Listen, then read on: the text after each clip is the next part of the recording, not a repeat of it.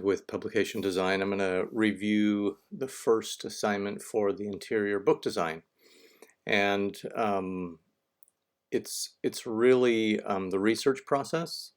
This has been due for a while, but I think it's going to be helpful for everyone just to roll through with me a bunch of different really great examples. So nice job on this. I'm going to start down here.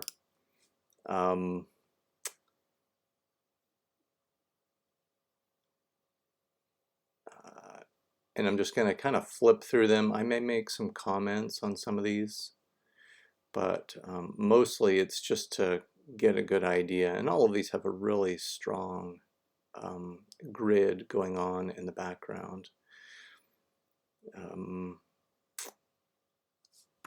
It's interesting where this still has this, the type is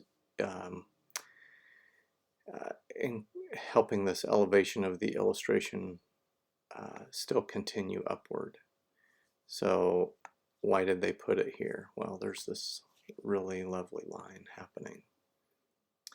Great, thanks for submitting those.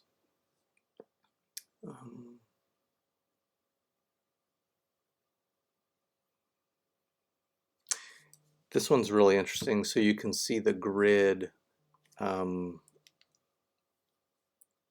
Yeah, this one they actually, the designer chose to put rules or lines where the grid is, or most of the grid is.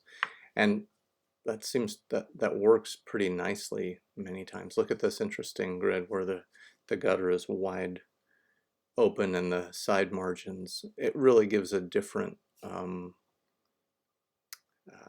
feel, a very modern feel, and throws you off balance a little bit. Kind of like that. Like how this jumps around, but there's still nice solid blocks of type to read, because in the end we're just trying to pass along this message that the author is trying to convey.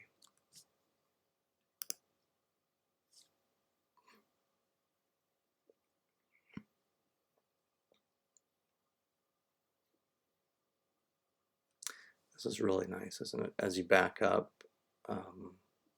and put multiple spreads out, you can see how they relate. And I think as you turn from page to page, you also get a really nice feel of how they relate.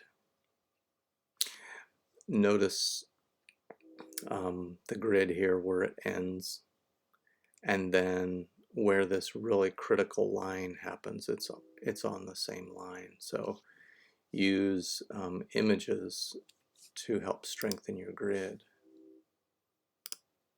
Have we seen before? Okay, this is taking a while. I'm going to just move to the next one while that's loading. Very Dadaist in a way.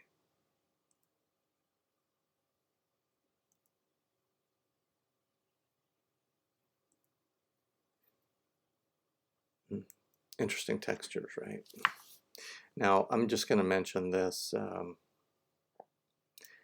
that as you are relatively beginning publication designers, please keep your designs simple and direct until you get that down.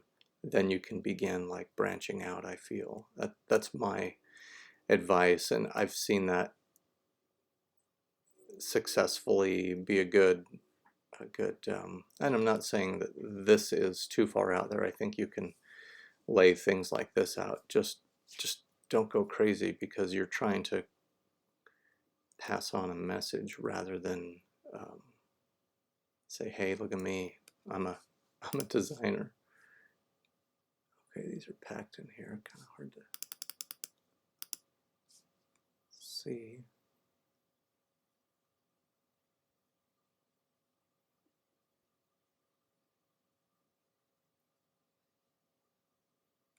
I love this, but that only works that big because everything else is in relation and it's alone. This is really nice compared to what's going on. It's just kind of, they work really nicely because of the other elements and the other decisions that are being made.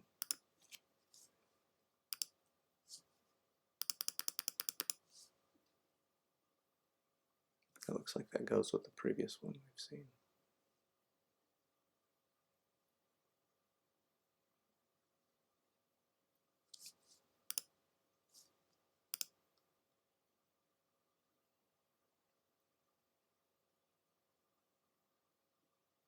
Look at all these centered little paragraphs. Interesting.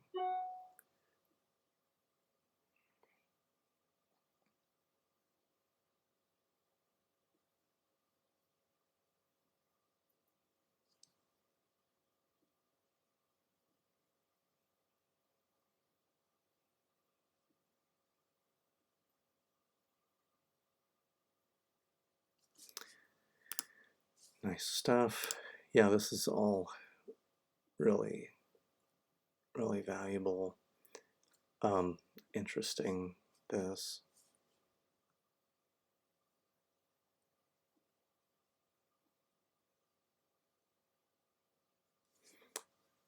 I like how we're focusing on this relationship, and then this is very quiet, very, very quiet in the background, not interfering.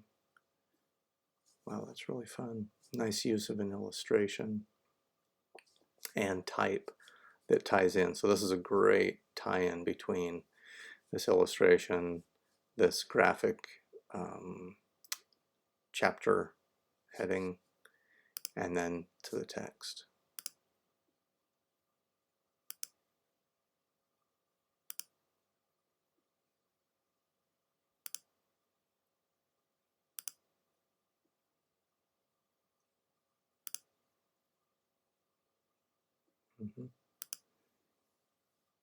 Yeah, black on black.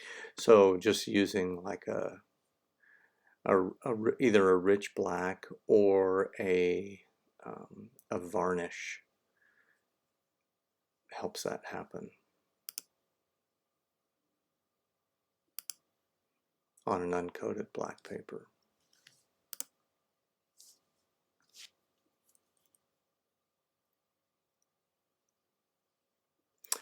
I like the different textures happening. Here we have, you know, the main headline. We have these subheads that kind of go through the body, and then here's some pull quotes. Here's our captions, a folio, page numbers, and even though the type is really, really simple, I mean, it's nothing like, hey, look at me, I'm using this cool typeface. The layout is really nice.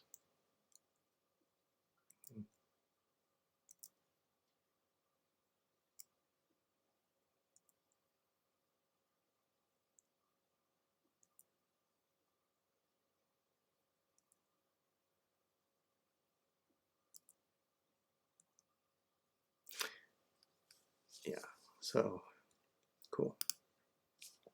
That second page being another color just, you know, makes it interesting.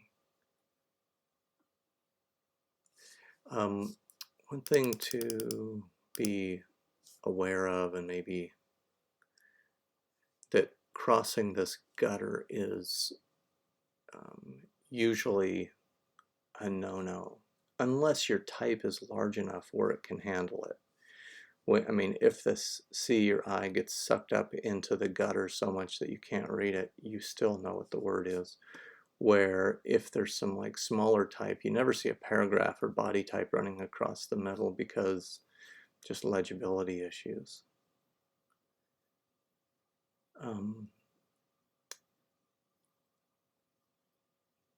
Occasionally you can get away with a large illustration or a large photograph.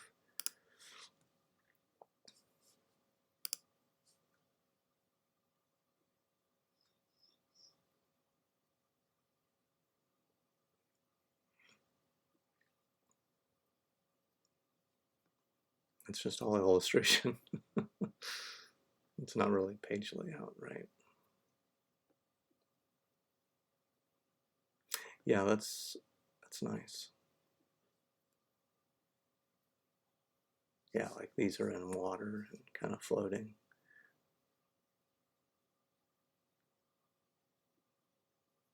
That's really nice too.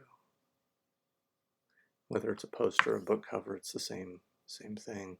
I was looking for layouts rather than covers, like these more so.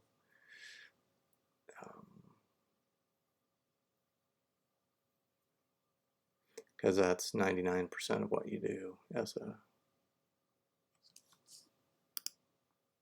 oh, I don't have access to that. That's not available to the public. Okay.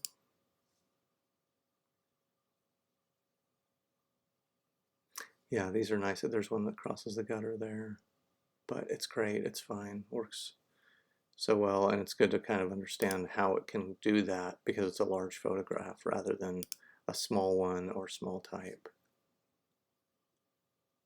This is the next part of the assignment. Okay.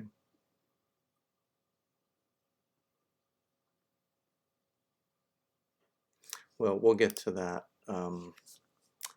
later. Okay, I guess that's it. Thank you, everyone, and stay tuned for the next critique. Appreciate all the good examples.